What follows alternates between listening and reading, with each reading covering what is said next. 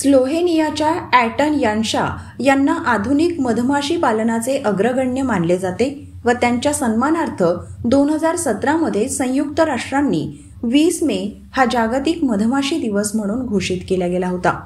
तेव्हापासून ॲटन यान्शा यांच्या जन्मदिनी 20 मे रोजी दरवर्षीप्रमाणे याही वर्षी हा दिवस मधमाशा आणि इतर परागीकरण करणाऱ्या कीटकांच्या पर्यावरणीय महत्त्वाबद्दल जागरूकता वाढवण्यासाठी सावली वनपरिक्षेत्रात साजरा करण्यात आला।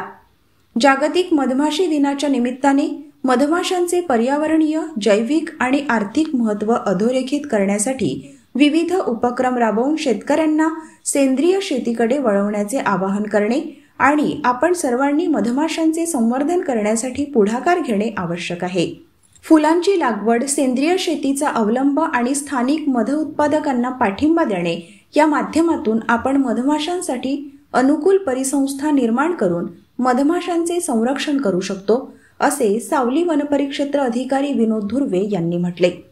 सदरचा कार्यक्रम श्री प्रशांत खाडे, विभागीय वन अधिकारी चंद्रपूर व श्री विकास तरसे, सहाय्यक वनसंरक्षक चंद्रपूर यांच्या मार्गदर्शनाखाली श्री विनोद धुर्वे, वनपरिक्षेत्र अधिकारी सावली यांच्या नेतृत्वात श्री रितेश बुर्रीवार, स्थापत्य अभियंता, श्रीराम आदे, वनरक्षक राजोली, महादेव मुंडे, वनरक्षक सिरसी, सतीश नागोसे, वनरक्षक चितेगाव, लंकेश अखाडे, वनरक्षक साधाकड, सुखदेव बोनलवार, वनरक्षक टेकाडी यांच्या उपस्थितीत हा कार्यक्रम पार पडला।